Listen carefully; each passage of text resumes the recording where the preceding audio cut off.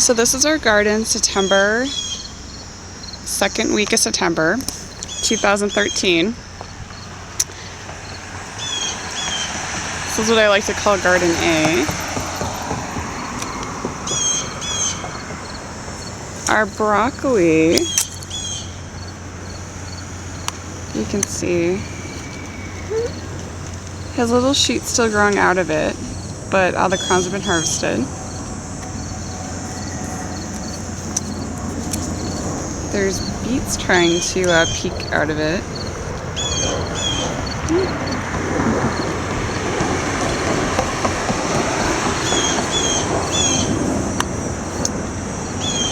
This is where we have our peppers.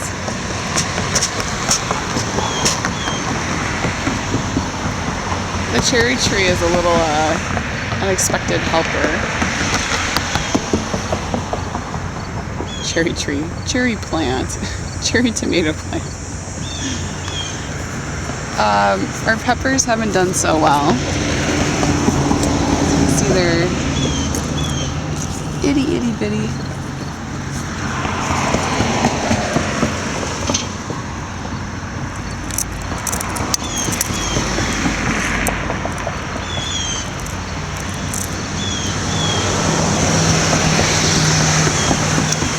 Our purple basil going to seed. It's not nearly as big as it was last year, and we got it from the same nursery. I think it's been too crowded out by the peppers and the tomatoes especially. Our Roma tomatoes on the side are doing well. And you can see we got some beets kind of mixed in here, rutabaga there.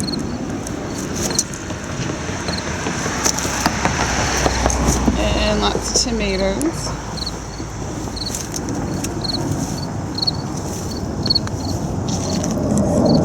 We have cucumbers in this square. They're just starting to have their leaves die back, if you can see that. There we go. See, there's some guys on there.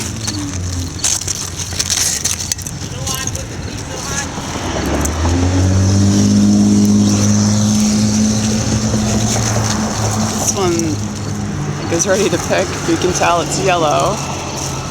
A lot of the cucumbers we've been getting this year are either look like this. Whoa, need to pick that one. Or look like that, or a little bit larger.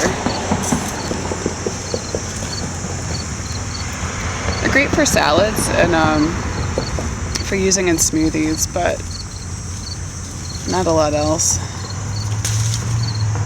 Too small to juice, too big to pickle. It's a pretty one.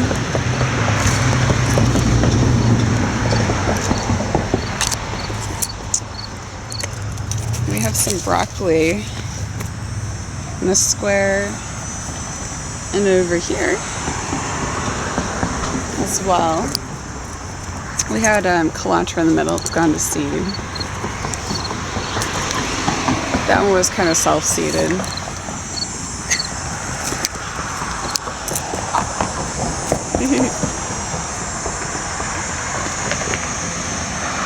This is our green beans.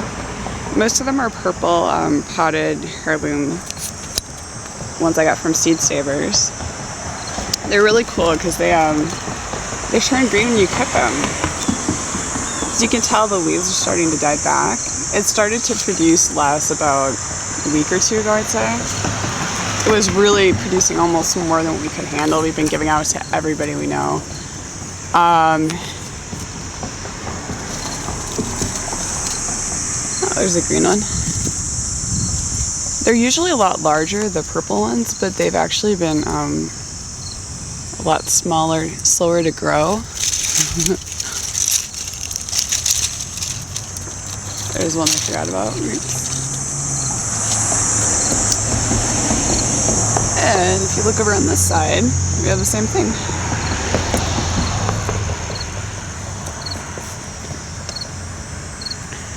This is our garden bee.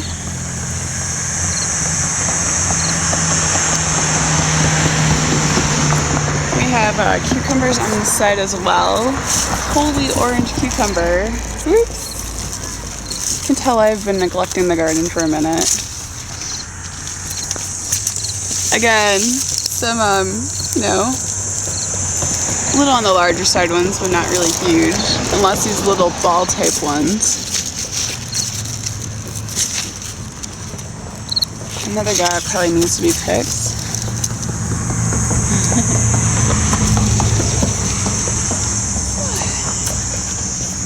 Oh, if you're wondering what's in the pathway here, it's strawberries, which for the most part ours only produces really early, I should say late spring to a little bit into summer, like early summer.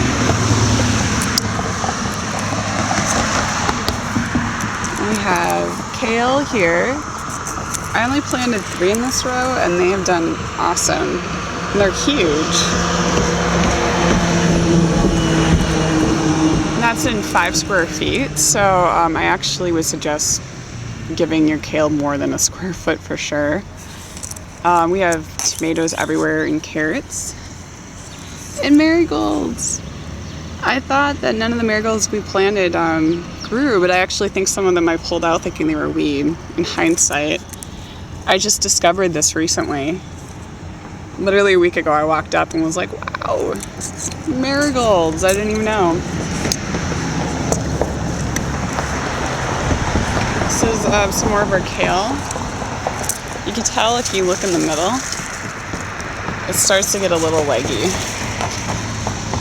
So I planted 4 in this row. I think it was too much. Lots and lots of tomatoes. It's pretty much this whole side, really. Oh, this is a curly kale. And we planted that over here as well. As you can tell, this one actually doesn't get much sun at all, and it's pretty little. The one in the middle here is just teeny. Again, not much sun.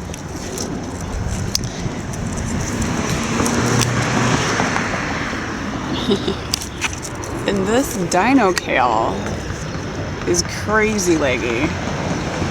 I think because it's on the side closest to our house, it's just not getting much sun. Because if you notice in the square by the street over here,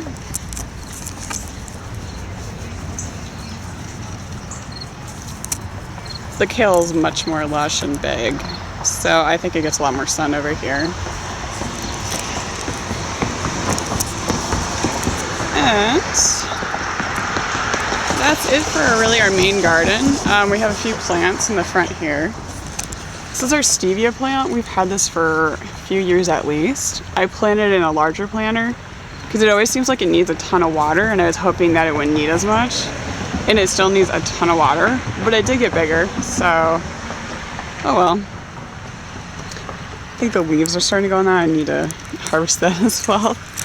I like using it in teas, so maybe I'll make tea soon.